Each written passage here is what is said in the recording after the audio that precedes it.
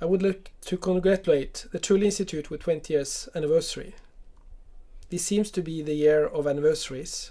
Both the Thule Institute and the Arctic Council celebrate 20 years of existence. Maybe it is absolutely time to celebrate a long period of 20 years, but also a lot of achievements. It's fantastic what's achieved by the Arctic Council, but also by the Thule Institute. The Thule Institute has been engaged with the University of the Arctic since the beginning of UArctic. And we're very happy for that your leaders has been keen supporters of our work for so many years. The most important engagement of the Thule Institute happened in 2005 when we had the council meeting of UArctic in Oulu. It was agreed that the Thule Institute took on the leadership of the UArctic thematic networks. It's been a fantastic achievement by the leaders of the Thule Institute, and not at least Kirsi Latola, who's been leading this ever since. The now 40 plus institutes and thematic networks of UArctic produce a lot of research, a lot of activity, a lot of education in very many areas. Extremely interdisciplinary, just as is the purpose of the Thule Institute. In this presentation, I would like to give you a short overview of another aspect of Arctic collaboration, namely a study we just released on research cooperation in the Arctic. UArctic has collaborated with the major holders of data to make a comprehensive bibliometric study and also a funding study of who funds and who does what about Arctic research at all. This is on the request of the rectors of UArctic. At the moment, we know there has been many publications about Arctic research. Our initiative came out of that because we realized there is no common understanding of what is the Arctic and how to understand Arctic research. So instead of the national studies that has already been published and even a Nordic study, we created a circumpolar study which is discipline neutral, cover therefore equally all disciplines, and we are limiting the Arctic to be identical to the Arctic Council's definition of the Arctic. When we look at the contributors, we see that there's been about 100,000 papers published in the Arctic as defined by the Arctic Council, which is in the Scopus database. There is also about 90,000 papers in the Russian citation index. This gives us a fantastic possibility to study who works with whom and about what. This UArctic study provided 4 different reports. When we look at the funding data, we see that it is the US followed by Russia, actually, who has most public funding. But this is limited to public funding sources like research councils and do not include budgetary allocations to universities, etc.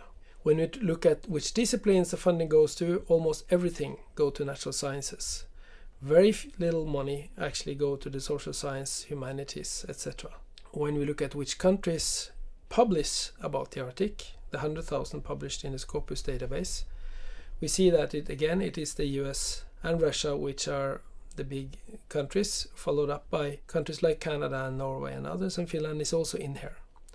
Publications by country, we see that there's been particular growth in Russia among the Arctic Council member states, probably because Russia primarily publish now more in English language, while there has been an impressive growth in China.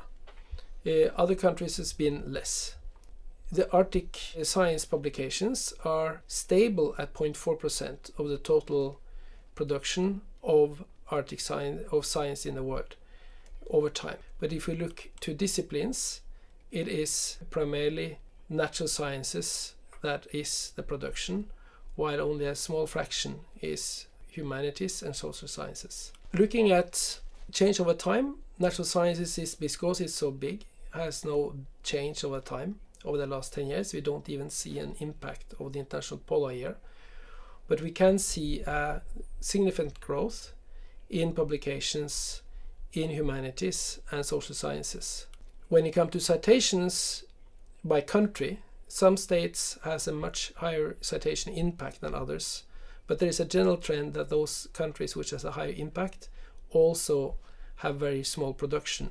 The intensity of the color on this graph show the volume of production, while the height is the number of citation impact.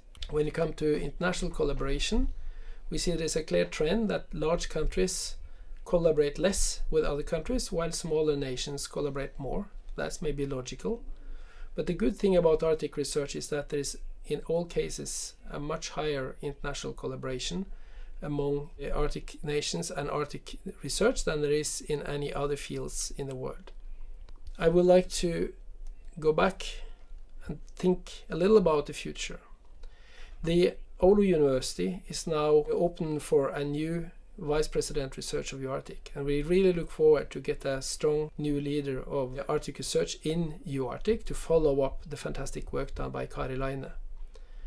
I hope that is opening a new future of collaboration between Oulu University, Thule Institute and University Arctic, which can be a strong leader in European and globally on Arctic research. It is a fantastic opportunity for Oulu University to use this to build itself to be the central hub for Arctic research for the whole Arctic for the future. Congratulations with 20 years, and we look forward to the next 20. Thank you.